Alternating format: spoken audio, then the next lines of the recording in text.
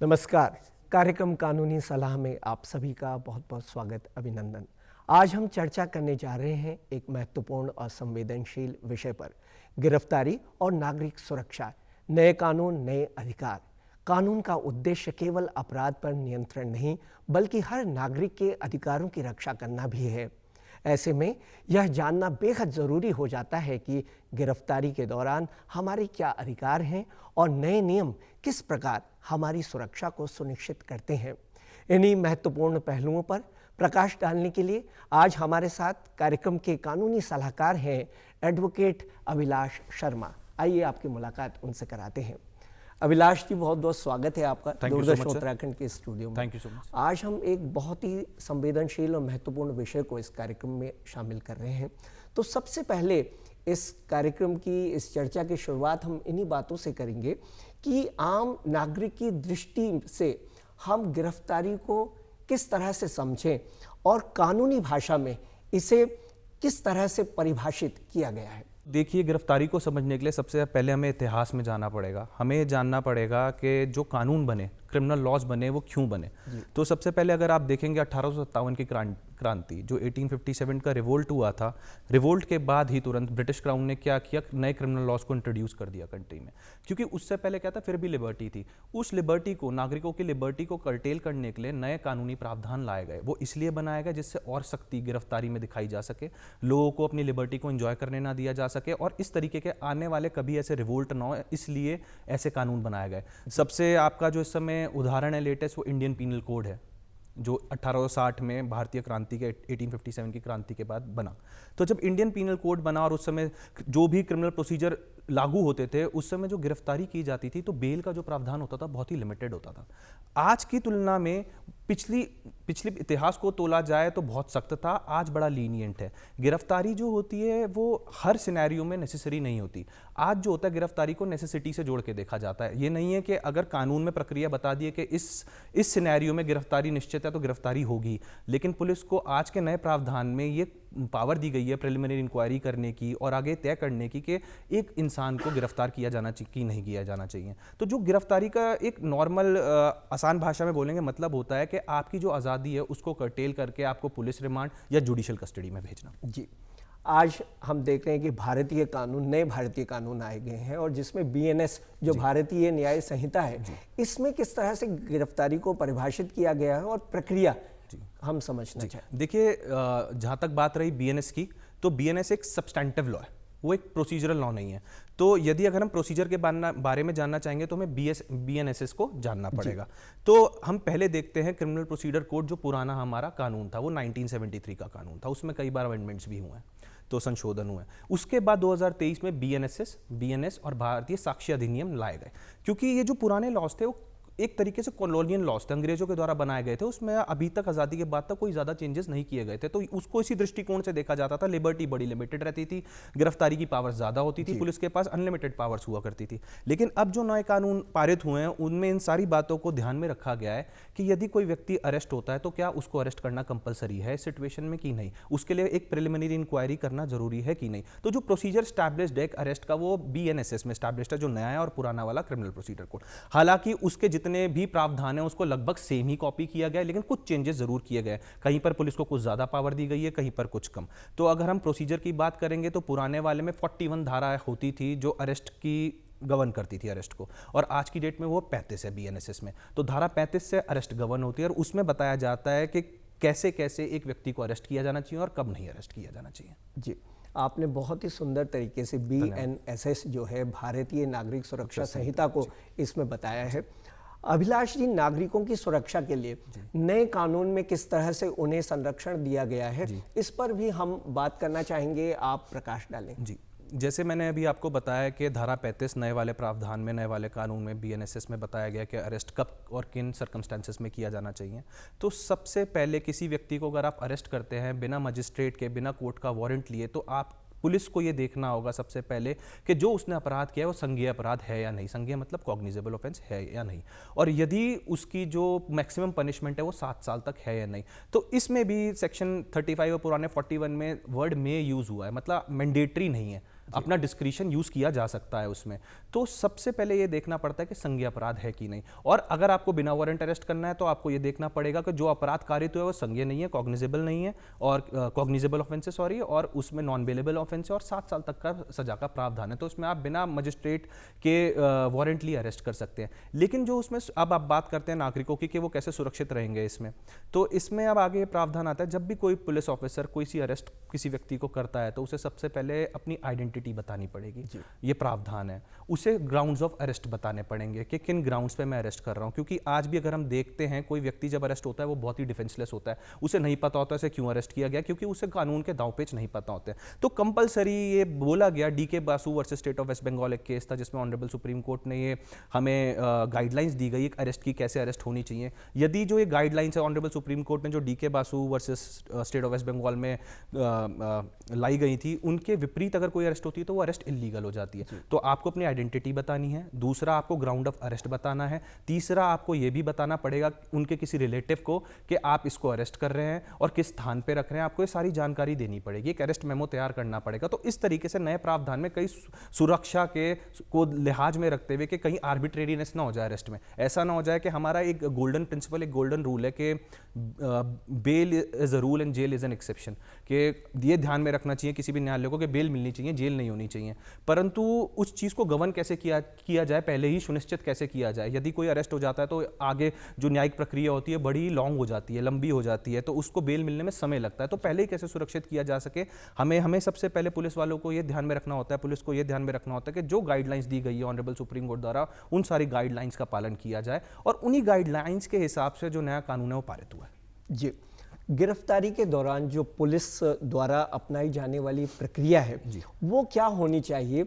जैसे कि आपने अभी तमाम तरह की बातें भी की हैं जिसमें सुप्रीम कोर्ट की गाइडलाइंस है, उनका पालन बहुत ज़्यादा ज़रूरी है। तो पुलिस के लिए क्या खास है इसमें? देखिए, सबसे पहले जो होता है किसी भी व्यक्ति को अरेस्ट करने के लिए एफआईआर का रजिस्टर होना बहुत कंपलसरी होता है। बिना एफआईआर के कोई व्यक्ति को पुलिस अरेस्ट नहीं कर सकती है। आपने कई इंस्टेंसेस सुने होंगे, हमने भी कई बार देखा है, न्यूज़ में भी आता है कि किसी को पुलिस एट्रोसिटीज़ की बात होती है, लॉकअप में मारपिटाई की बात होती है। तो जब भी कोई एफआईआर दर्ज होती है उसकी एक जीडी एंट्री होती है। दो टर्म्स होती है, एक होती है जीडी एंट्री, एक होती है सीडी एंट्री।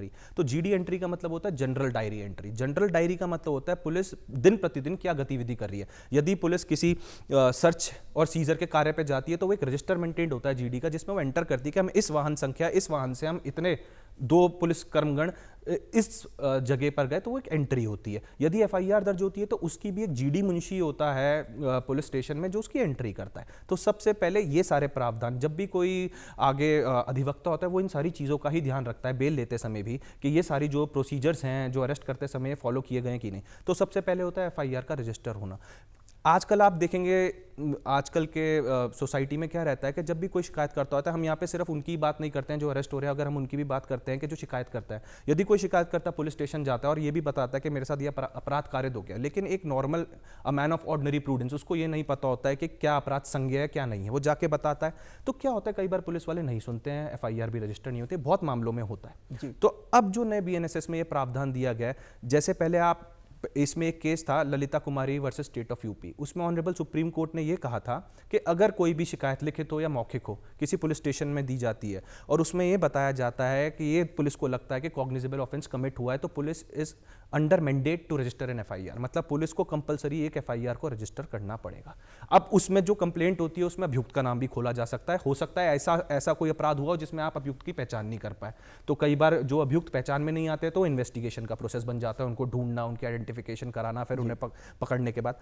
तो अगर अभियुक्त का नाम खुला है एफआईआर में तो पुलिस सबसे पहले देखेगी क्या उसे अरेस्ट करना जरूरी है कि नहीं। तो उसमें सबसे पहले आज के कानून में पुलिस के पास ये भी पावर है कि जब कोई शिकायत लेकर आया है उसकी शिकायत पर ये देखना कि जो ये शिकायत है सच में इसमें संज्ञेय अपराध कारित हुआ है कि नहीं। तो पुलिस उसमें एक प्रिलिमिनरी इंक्वायरी हेल्ड करती है। उसमें क्या होता है, चाहे तो पुलिस एक्यूज्ड को भी अपने साथ बुला सकती है जिसके खिलाफ शिकायत हुई है, वो भी अपनी बात रख सकता है वहां के क्यों नहीं उसके खिलाफ एफआईआर दर्ज होनी चाहिए, और जो शिकायत करता है वो भी अपनी बात रख सकता है क्यों एफआईआर दर्ज होनी चाहिए।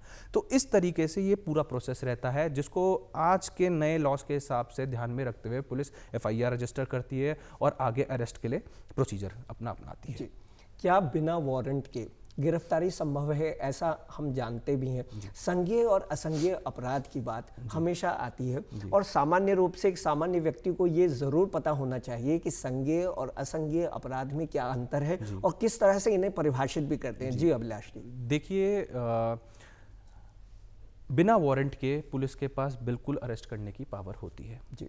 ये धारा 35 में आज के नए जो हमारा BNSS है उसमें भी प्रावधान है कि यदि किसी ने कोई अपराध जिसकी सज़ा 7 साल तक है और जो एक कॉग्निजेबल ऑफेंस है, संज्ञेय अपराध है, तो अगर इसका किसी लिखित या मौखिक कंप्लेंट में उल्लेख आता है तो पुलिस के पास बिना मजिस्ट्रेट से वारंट लिए उसको अरेस्ट करने की पावर है। लेकिन वहीं पे जैसे मैंने आपको बताया कि जो अरेस्ट होता है that should be an exception, ये रूल नहीं होना चाहिए क्योंकि लिबर्टी का मामला आर्टिकल 21 इन्वॉल्व होता है इसमें। ये आपकी जो लिबर्टी है ये सिर्फ एक आपका मौलिक अधिकार नहीं है, आपका फंडामेंटल राइट भी है, कॉन्स्टिट्यूशनल राइट है, फंडामेंटल राइट है। तो यहाँ पे अब जब भी कोई पुलिस वाला को कोई मौखिक या लिखित कंप्लेंट मिलती है तो वो सबसे पहले प्रिलिमिनरी इंक्वायरी करते हैं। अगर यदि उन्हें पता चलता है प्रिलिमिनरी इंक्वायरी में कि कॉग्निजेबल ऑफेंस कमिट हुआ है तो वो क्या आगे कार्य करेंगे। अगर वो कॉग्निजेबल ऑफेंस भारतीय न्याय संहिता और जो पुरानी इंडियन पीनल कोड थी उसके हिसाब से अगर वो कॉग्निजेबल ऑफेंस में पनिशमेंट 7 साल तक की दे रखी है तो वो पुलिस को अरेस्ट करने की पावर नहीं है। ये ऑनरेबल सुप्रीम कोर्ट ने अरनेश कुमार के केस में गाइडलाइंस दी गई थी जिसमें ये बोला गया था पुराने वाले लॉज के हिसाब से कि जब भी कोई व्यक्ति शिकायत लेके आता है और जिस व्यक्ति के अगेंस्ट वो शिकायत लेके आता है और पुलिस को ये पता चलता है कि कॉग्निजेबल ऑफेंस कमिट हुआ है तो पुलिस उसको 41A का नोटिस देगी। जो ये 41A का नोटिस होता है ये इस प्रकार से होता है, वो पुलिस उसमें देखती है 7 साल तक का अपराध है तो 41A का नोटिस देना मैंडेटरी हो जाता है। और आज की तारीख में जो नया हमारा कानून है उसमें 35 सब क्लॉज 3, 35 सब क्लॉज 3 में आ जाता है वो नोटिस। तो पुलिस को 7 साल तक की किसी भी सजा वाले अपराध के लिए नोटिस देना पड़ेगा और उस नोटिस में जो ये लिखा जाता है कि हम क्यों इसे अरेस्ट नहीं कर रहे हैं अभियुक्त को, पूरे कारण लिखे जाते हैं कि ये साक्ष्यों से छेड़छाड़ नहीं करेगा, कहीं भागेगा नहीं और हर बार इन्वेस्टिगेशन के बुलाए जाने पे प्रेजेंट रहेगा। तो इसलिए ये कंपलसरी है, ऑनरेबल सुप्रीम कोर्ट की गाइडलाइन है कि आप 7 साल तक के किसी भी अपराध के लिए पुलिस के पास यहाँ पे अरेस्टिंग की पावर नहीं होती। लेकिन ये कोई मैंडेटरी नहीं है, पुलिस चाहे तो फिर भी अरेस्ट कर सकती है, ये लिख सकती है कि इन्होंने इन्वेस्टिगेशन में कोऑपरेट नहीं किया है, ये साक्ष्यों से छेड़छाड़ कर रहे हैं। तो इस तरीके से पुलिस के पास, लेकिन सुप्रीम कोर्ट इसको इस तरीके से या कोई भी कोर्ट इसको इस तरीके से अपहेल्ड करती है। वो सबसे पहले जब भी यदि कोर्ट में बात आती है तो कोर्ट में अगर हम कोई एक्यूज्ड है और कोई अधिवक्ता उसकी बेल लगाता है, मान लीजिए अभी वो अरेस्ट नहीं हुआ है और उसे 41A का नोटिस जो 35(3) का नोटिस है वो नहीं भी मिला है तो वो एक एंटीसिपेटरी बेल फाइल करते हैं वहाँ पे। तो कोर्ट सबसे पहले जो एक्यूज होता है उसके अधिवक्ता से ये पूछती है कि आप ये बताइए कि FIR हुए 15 दिन हो गए हैं।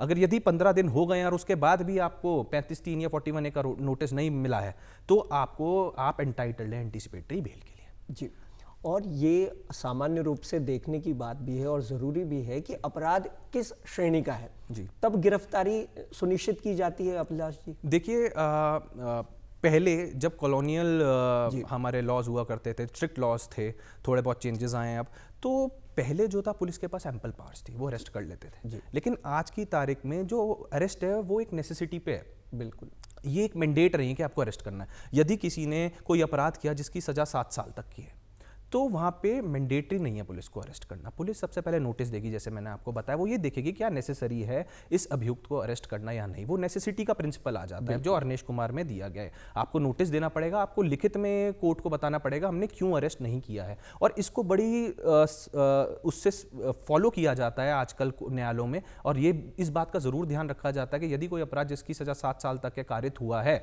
अभी कारित हुआ है कि नहीं वो आगे ट्रायल में आपका एविडेंस के टाइम पे वो आपका उसमें माना जाएगा। लेकिन अभी अगर इसके आरोप लगे हैं तो इसको 41A का या 35(3) का नोटिस देके छोड़ दिया जाए। जी, और यही बहुत ही अच्छी बात है जिस तरीके से आज हम इस कार्यक्रम में चर्चा कर रहे हैं, नए कानून और नए अधिकार। तो निश्चित रूप से सब चीज़ें कानून में भी बदली हैं और अधिकारों के प्रति लोगों को ज़्यादा सचेत किया गया है।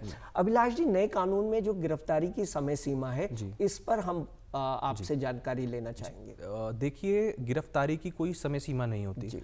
पुलिस जो है यदि कोई ऐसा अपराध है जिसमें, जो मैंने अभी आपको पहले बताया, 7 साल से अधिक का कोई अपराध हो गया, संज्ञेय अपराध हो गया, नॉन बेलेबल ऑफेंस हो गया, या किसी स्पेशल लॉ के अंदर कोई ऑफेंस हो गया, पॉक्सो में हो गया, NDPS में हो गया, तो उसमें पुलिस के पास एम्पल पावर्स होती है और कोई समय सीमा नहीं होती अरेस्ट करने की, चाहे वो दिन में अरेस्ट कर ले चाहे वो रात में अरेस्ट कर ले। तो अरेस्ट को समय से बांधना ये कानून में नहीं है, पर उसको लिमिट करना ये कानून में जरूर दिया गया है कि किन किन अपराधों में आप पुलिस को एम्पल पावर्स नहीं दी गई है अरेस्ट करने के लिए, उनको नोटिस देना कंपलसरी होता है। पर किन किन अपराधों में जो बहुत ही ज़्यादा सोसाइटी के अगेंस्ट खराब अपराध जैसे मर्डर हो गया, रेप हो गया, पॉक्सो हो गया, एनडीपीएस हो गया, तो इन अपराध इन कानूनों में पुलिस के पास एम्पल पावर्स होती है अरेस्ट करने की, और उसमें कोई समय सीमा से पुलिस बाध्य नहीं होती है अरेस्ट करने की। यदि गिरफ्तारी किसी व्यक्ति की गलत रूप से हो गई है तो ऐसे में किस तरह का मुआवजा या क्षतिपूर्ति उस व्यक्ति को दी जा सकती है और क्या क्या न्यायालय में उसके लिए समाधान मौजूद है?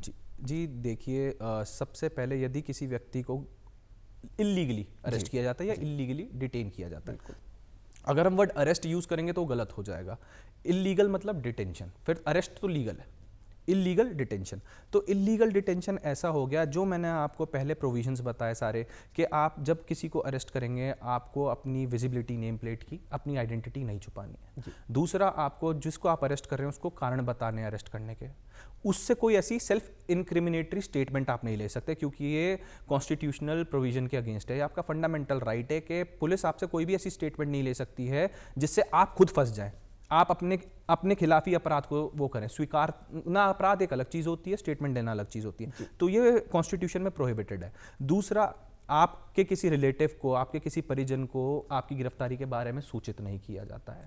तो अगर इन सारे प्रावधानों को ध्यान में ना रखते हुए, और यदि आपको 24 घंटे पकड़ने के बाद 24 घंटे तक मजिस्ट्रेट के पास भी नहीं ले जाया जाता है, आपको इल्लीगल डिटेंशन में ही कंटिन्यूसली रखा जाता है, तो जो अरेस्टेड पर्सन होता है उसके पास कई सारे प्रावधान होते हैं। वो एक हीबियस कॉर्पस रिट पिटीशन फाइल कर सकता है ऑनरेबल हाई कोर्ट में, जो उसका कॉन्स्टिट्यूशन में आर्टिकल 226 में मेंशन्ड है, और सुप्रीम कोर्ट में आर्टिकल 32 में फाइल कर सकता है। तो हीबियस कॉर्पस जो रिट होती है वो इल्लीगल डिटेंशन के अगेंस्ट ही होती है। तो हाई कोर्ट में आप किसी भी उसका जो परिवारजन है वो अप्रोच कर सकता है। यदि एकदम से कोई परिवारजन इस स्टेप को नहीं उठा पाता, क्योंकि इसके लिए उसे अधिवक्ता के पास जाना पड़ेगा, समय सीमा ज़्यादा लग जाएगी, तो वो सीधे एसएसपी को, अगर उन्हें पता चलता है कि मेरे किसी पारिवारिक व्यक्ति को पुलिस उठा के लेके गई है और उसने कोई कागजी कार्रवाई नहीं करी गई है, हमें सूचित भी नहीं किया गया कहाँ लेके गई है, तो सीधे आप एक एसएसपी को भी लेटर ले सकते हैं। लिख सकता है कोई भी नागरिक कि हमारे किसी परिवारजन को पुलिस उठा के ले गई है और हमें डर है कि वो किसी झूठे मुकदमे में उसे फंसा सकता है। तो इस तरीके के कई सारे प्रावधान होते हैं जिसमें जो है अपनी सुरक्षा के लिए आप ऑनरेबल कोर्ट को या फिर लोकल पुलिस अथॉरिटीज को रीच कर सकते हैं। बिल्कुल। गिरफ्तारी के बाद जो न्यायिक हिरासत में जाने की प्रक्रिया है वो क्या है और किस तरह से न्यायालय इसको करता है? देखिए, जब कोई व्यक्ति गिरफ्तार होता है तो गिरफ्तार होने के बाद सबसे पहले पुलिस को विद इन 24 आवर्स उसे मजिस्ट्रेट के सामने प्रोड्यूस करना पड़ता है। तो ये मैंडेट है, इससे आप नहीं, अगर आप 24 आवर्स से ज़्यादा उसको अपनी कस्टडी में रखते हैं तो वो कस्टडी इलीगल हो जाती है। 24 घंटे के बाद मजिस्ट्रेट ये डिसाइड करता है कि इसको पुलिस रिमांड में देना है या जुडिशियल रिमांड में देना है, न्यायिक अभिरक्षा में देना है या पुलिस की रिमांड में देना है। तो जो रिमांड होती है ये 14 दिन तक वैलिड रहती है। तो अगर मजिस्ट्रेट को लगता है कि पुलिस रिमांड में देना इन्वेस्टिगेशन में अभी ज़रूरी है, पुलिस को इससे पूछताछ करना ज़रूरी है, तो जो मजिस्ट्रेट हैं वो अभियुक्त को पुलिस रिमांड पे भी भेजा जा सकते हैं। लेकिन जुडिशियल रिमांड बहुत इंपॉर्टेंट हो जाती है, इसमें न्यायिक हस्तक्षेप हो जाता है, जुडिशरी इन्वॉल्व हो जाती है, वो एक जुडिशरी की कस्टडी में आ जाता है। अगर मजिस्ट्रेट को ये लगता है कि इन्वेस्टिगेशन में अभी इससे ज़्यादा सवाल पूछे जाना है, रिकवरी होना नहीं है, तो उसे जुडिशियल कस्टडी में भी भेजा जा सकता है। तो इसमें क्या होता है, यदि कोई अपराध जिसकी पनिशमेंट 10 साल तक की है तो आपको 60 दिन तक पुलिस को इन्वेस्टिगेशन कंप्लीट करनी होती है जी। और अगर कोई अपराध जिसकी पनिशमेंट 10 साल या 10 साल से ऊपर है, आजीवन कारावास है या मृत्यु दंड है, उसमें पुलिस को 90 दिन मिलते हैं एक इन्वेस्टिगेशन को कंप्लीट करने के लिए। लेकिन कई बार ऐसा देखा जाता है कि 60 दिन में वो इन्वेस्टिगेशन नहीं कंप्लीट होती है, 90 दिन में वो इन्वेस्टिगेशन नहीं कंप्लीट होती है। तो यदि वो इन्वेस्टिगेशन नहीं कंप्लीट होती है तो जो अभियुक्त होता है उसके पास डिफॉल्ट बेल का राइट आ जाता है, एक अधिकार आ जाता है। आप कभी भी कोई अभियुक्त अरेस्ट होता है और एकदम से अपनी बेल फाइल करता है कोर्ट में, तो आपको कोर्ट को समझाना पड़ता है मुझे क्यों बेल दी जाए, और कोर्ट उसमें कई सारे प्रावधान देखता है कि चालानी रिपोर्ट अभी पुलिस ने सबमिट करी है, अपनी इन्वेस्टिगेशन कंप्लीट करी है, चार्जशीट फाइल करी है, ये साक्ष्यों के साथ छेड़छाड़ कर सकता है या नहीं। तो इन सारे आधार को ध्यान में रखते हुए ऑनरेबल कोर्ट डिसाइड करता है कि बेल दें या नहीं दें। लेकिन अगर पुलिस ने 60 दिन के अंदर इन्वेस्टिगेशन कंप्लीट नहीं करी 10 साल तक के अपराध के लिए, और 90 दिन के अंदर आजीवन कारावास 10 साल या 10 साल से ऊपर मृत्यु दंड के अपराध के लिए, अगर 90 दिन के अंदर ये पुलिस ने अपनी इन्वेस्टिगेशन कंप्लीट नहीं करती है तो अभियुक्त के पास डिफॉल्ट बेल का राइट आ जाता है। वो सीधे कोर्ट से प्लीड कर सकता है कि इतने दिन में चार्जशीट फाइल नहीं हुई है और हमारा बेल का अधिकार बनता है, तो वहाँ उसे उस स्थिति में भी बेल मिल जाती है। बिल्कुल मजबूती के साथ में जो समय सीमा है इसको तय किया गया है नए कानूनों में जी। कि अगर ये समय सीमा खत्म होती है तो निश्चित रूप से जो व्यक्ति के अधिकार हैं नए कानून में वो हावी हो जाएंगे और उनको ज्यादा से ज्यादा उसे मौका मिलेगा अपना पक्ष रखने का, क्योंकि जो जितने भी प्रोसीजरल लॉ, सब्सटैंटिव लॉ हैं, उसमें जो भी अधिकार प्राप्त हुए हैं वो कहीं ना कहीं गवर्न होते हैं अनुच्छेद 21 article 21 right to life and personal liberty constitutional, which is a very important fundamental right. इसका कोई भी वायलेशन, कोई भी ऐसा कानून बनाया जाता है जो आर्टिकल 21 को वायलेट करेगा, किसी की पर्सनल लिबर्टी को वायलेट करेगा, वो वॉइड होगा, वैलिड नहीं होगा। और यदि ऐसा कुछ होता है तो आप रिट पिटीशंस फाइल कर सकते हो ऑनरेबल कोर्ट में। BNSS के तहत जो गिरफ्तारी मेमो है वो किस तरह का होता है और इसमें नागरिकों के अधिकारों की सुरक्षा को किस तरह से संरक्षण प्रदान किया जाता है? देखिए, जो गिरफ्तारी मेमो होता है इसका जो ऑब्जेक्टिव होता है अपने आप में एक सुरक्षा हेतु ही होता है। तो जब भी पुलिस किसी व्यक्ति को गिरफ्तार करती है, उसे जहाँ पे गिरफ्तार किया है, जिस समय गिरफ्तार किया है, वहाँ पे उसे एक अरेस्ट मेमो बनाना पड़ता है। अरेस्ट मेमो का मतलब होता है मेमोरेंडम ऑफ अरेस्ट। उसमें क्या होता है, जिस गिरफ्तार व्यक्ति को गिरफ्तार किया है उसका नाम, उसका परिचय, जिसने उसे गिरफ्तार किया है उसका नाम, उसका ओहदा, या वो सब इंस्पेक्टर है क्या है, उनका परिचय, गिरफ्तारी के ग्राउंड्स। अब इस पॉइंट पे मैं थोड़ा आपको बताना चाहूँगा, जब भी कोई व्यक्ति गिरफ्तार होता है तो उसे ज़्यादा कुछ परिचित नहीं होता है जी कभी, कि क्या धारा लग गई है, क्या मुझे बेल मिलेगी इस पे या नहीं, क्या मैं इस पे मेरी कानूनी प्रक्रिया रहेगी। तो जब डिफेंस एडवोकेट या कोई भी अधिवक्ता कोर्ट में जाता है वो भी हेल्पलेस होता है, क्योंकि हमारे पास कोई कागजी कार्रवाई उस समय नहीं आती है। हमारे पास सिर्फ ज़्यादा हमें एक FIR की कॉपी हमारे हाथ में होती है, जिसके आधार पर हमें बेल प्लीड करनी पड़ती है, कोर्ट को कोई भी स्थिति जो अराइज हुई है, लीगल अरेस्ट हुई है, वो हमें बतानी पड़ती है। तो इसीलिए अरेस्टिंग मेमो में आपको आपको गिरफ्तारी के ग्राउंड्स बताना, आपको किन धाराओं में गिरफ्तार किया जा रहा है, आपको क्यों गिरफ्तार किया जाना है, बहुत ही अनिवार्य है। तो अरेस्टिंग मेमो में ये भी, और आपने अरेस्ट करने के बाद उसकी सूचना गिरफ्तार व्यक्ति के किस परिजन को दी है, और अरेस्टिंग मेमो को आपको 2 विटनेस ऐसे भी अटेस्ट करने अरेस्टिंग मेमो में जो ये बताएंगे हाँ मेरे सामने ये व्यक्ति गिरफ्तार हुआ है जी। तो ये एक बहुत ही सरल प्रोसेस है जो हर प्रक्रिया में होना चाहिए, नहीं तो कभी भी किसी को कहीं से भी उठा लिया जाएगा और दिखा दिया जाएगा यहाँ से अरेस्ट नहीं हो। तो इसलिए अरेस्टिंग मेमो में 2 विटनेस का होना भी जरूरी है जो बताते हैं क्या इस जगह इस समय इस व्यक्ति को यहाँ से अरेस्ट किया गया।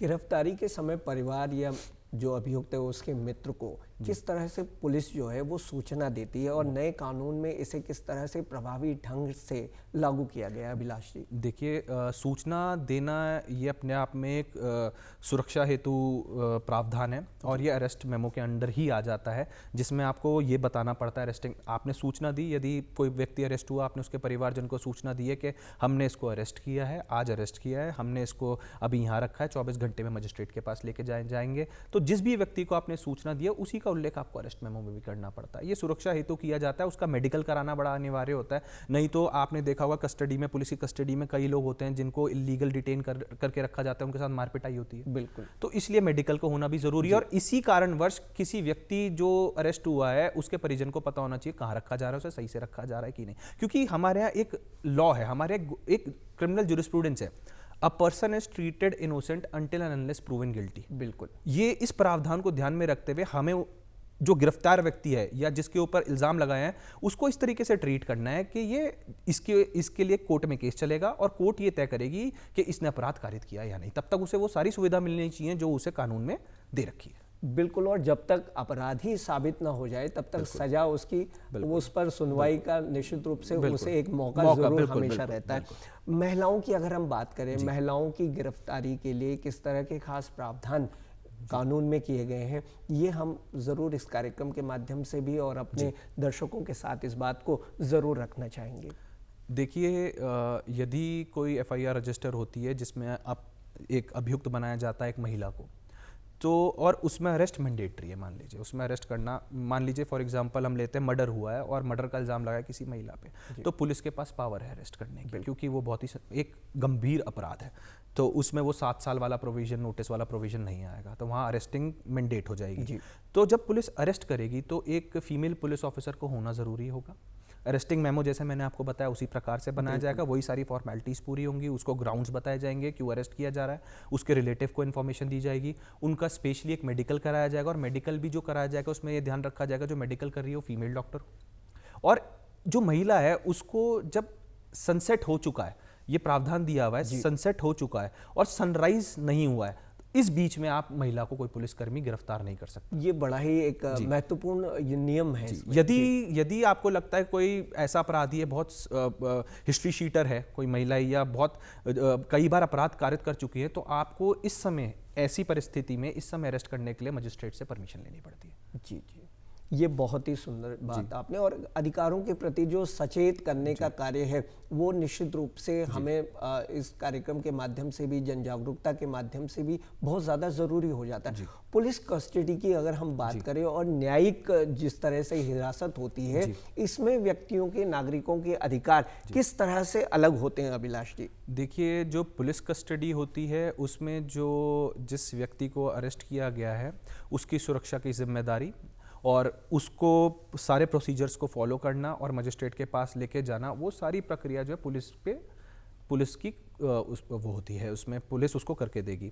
और जो न्यायिक अभिरक्षा होती है, जुडिशियल कस्टडी होती है, उसमें जब आप मजिस्ट्रेट के पास 24 आवर्स के अंदर एक अभियुक्त को लेके आते हैं और जब मजिस्ट्रेट डिसाइड करते हैं कि इसे न्यायिक अभिरक्षा में भेजा जाए, जुडिशियल कस्टडी में भेजा जाता है, तो उसके बाद उसमें जुडिशरी का इंटरवेंशन आ जाता है। फिर पुलिस का कोई रोल नहीं होता है, फिर वो आपका जिसे कहते हैं जेल में रहता है, वो कोई पुलिस के कस्टडी में नहीं रहता है। और उसको भी हर 14 दिन बाद यदि मजिस्ट्रेट को लगता है कि इसकी अभिरक्षा को बढ़ाते रहना चाहिए, अभी इसको बेल देना मुनासिब नहीं है, तो वो हर 14 दिन में वापस बुला के उसके सिग्नेचर्स होते हैं, उसकी रिमांड शीट बनती है और वापस उसको जुडिशियल रिमांड पे भेज दिया जाता है। तो अधिकार इसमें सिर्फ देखिए, अभी जो है आपके पास बेल का अधिकार है जब आप अरेस्ट हो गए, लेकिन बेल को किस समय लगाना चाहिए, कब लगाना चाहिए, ये एक प्रैक्टिकल एस्पेक्ट आता है। तो यदि कोई जल्दबाजी में अपनी बेल लगवाता है तो वहीं पे बेल खारिज होने के चांसेस बहुत बढ़ जाते हैं। लेकिन जल्दबाजी में आप अरेस्ट हुए और आपने 2-3 दिन के अंदर या 10 दिन के अंदर बेल मूव कर दी, तो जब भी कोई जुडिशियल ऑफिसर है वो ये ध्यान देता है कि अभी पुलिस की इन्वेस्टिगेशन पूरी नहीं हुई है, अभी साक्ष्य बाहर है, विटनेसेस हैं जिनकी टेस्टिमनी आनी है, रिटन उनको पुलिस ने लिखना है, सब कुछ करना है, तो अगर इसको हम अभी बेल दे देंगे, हो सकता है साक्ष्यों के साथ छेड़छाड़ करेगा, हो सकता है अभी भाग जाएगा, क्योंकि अभी तक पुलिस ने अपनी इन्वेस्टिगेशन कंप्लीट नहीं की है। बहुत ही एक लॉजिकल एस्पेक्ट होता है जो हर कोई नहीं समझता है अभियुक्त, और वो जल्दबाजी करते हैं अपनी बेल लगाने में, जिस कारण बेल भी रिजेक्ट हो जाती है।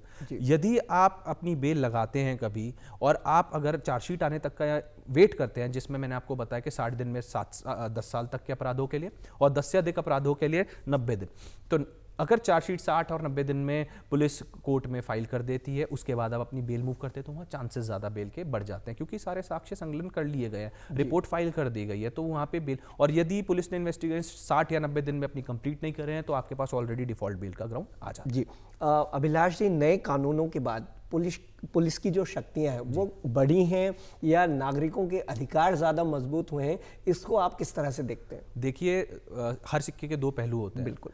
हम ये भी कह सकते हैं कि नया कानून जो पारित हुआ है उसमें पुलिस को अत्यधिक शक्तियां भी दी गई हैं, लेकिन थोड़ी रिस्पॉन्सिबिलिटी भी दी गई है। वहीं नागरिकों को थोड़ी सुरक्षा भी दी गई है। वहीं पे पुलिस को अगर ज़्यादा पावर मिली है तो वहीं नागरिकों के लिए वो कोई भी अभियुक्त है या कोई भी जिसने अपराध कारित किया है उसके लिए वो चीज़ कम आकी जाती है। तो जैसे मैंने आपको बताया कि रिस्पॉन्सिबिलिटी इसलिए आ जाती है नए कानून के पारित होने के बाद, क्योंकि इसमें एक डॉक्ट्रिन ऑफ नेसेसिटी आ गया है अरेस्ट का, कि ये नहीं है कि मैंडेट है, रेगुलर प्रोसीजर है, अरेस्ट करना है तो आपको अरेस्ट करना है। आप ऑनरेबल सुप्रीम कोर्ट ने गाइडलाइंस दी हुई हैं और उन्हीं गाइडलाइंस को मद्देनजर रखते हुए नए कानून पारित हुए, तो उन गाइडलाइंस को फॉलो करते हुए आपको नोटिस देना होगा। यदि आप अरेस्ट कर रहे हैं तो आपको पूरा अरेस्ट मेमो का प्रोसीजर फॉलो करना होगा। तो ये सारा प्रोसीजर है जो फॉलो करना पड़ता है। और रही बात नागरिकों की, तो उनके पास बेल का अधिकार है, डिफॉल्ट बेल का अधिकार है, habeas corpus writ petition file करने का अधिकार है। तो कई ऐसे अधिकार हैं जो नागरिक भी अपने इस्तेमाल कर सकते हैं। जी, इस कार्यक्रम के माध्यम से और विषय के माध्यम से आप क्या सुझाव आम जन को देना चाहेंगे? देखिए, अपने कानून से अनभिज्ञ रहना नहीं चाहिए। बिल्कुल, आपको अपने कानून की थोड़ी जागरूकता होनी चाहिए, क्योंकि हमने देखा है सोसाइटी के अंदर कि पुलिस के द्वारा कई एट्रोसिटीज़ कमिट की जाती है। यदि कोई व्यक्ति जिसको कानून की थोड़ी भी जानकारी है, भले ही वो अधिवक्ता नहीं है, किसी लीगल फील्ड से नहीं जुड़ा हुआ है, वो किसी और सामान्य रूप का कार्य करता है, कोई और कार्य करता है, तो अगर उसे अपने अधिकारों की, अपने लॉज की जानकारी है तो उसका एक्सप्लॉइट होना पुलिस द्वारा थोड़ा कम हो जाता है। तो इसलिए मैं यही कहना चाहूँगा, सबको अपने अधिकारों की जानकारी होनी चाहिए। बिल्कुल, और अधिकारों के प्रति जागरूकता होंगे तो ये चीज़ें जो भी कानून में है वो अच्छे रूप से हम समझेंगे और बेहतर से जीवन को जी सकेंगे। अभिलाष जी, इस कार्यक्रम में आप आए और इतने महत्वपूर्ण विषय पर आपने बहुत ही सुंदर चर्चा की, जिसके लिए आपका बहुत बहुत धन्यवाद। Thank you so much. यह थी हमारी आज की विशेष चर्चा, गिरफ्तारी और नागरिक सुरक्षा, नए कानून नए अधिकार। हम आशा करते हैं कि इस बातचीत के माध्यम से आपको अपने अधिकारों और कानूनी प्रक्रियाओं की बेहतर समझ मिली होगी। एक जागरूक नागरिक ही अपने अधिकारों की रक्षा कर सकता है और समाज को सुरक्षित बना सकता है। इसी के साथ हमें दीजिए अनुमति। नमस्कार।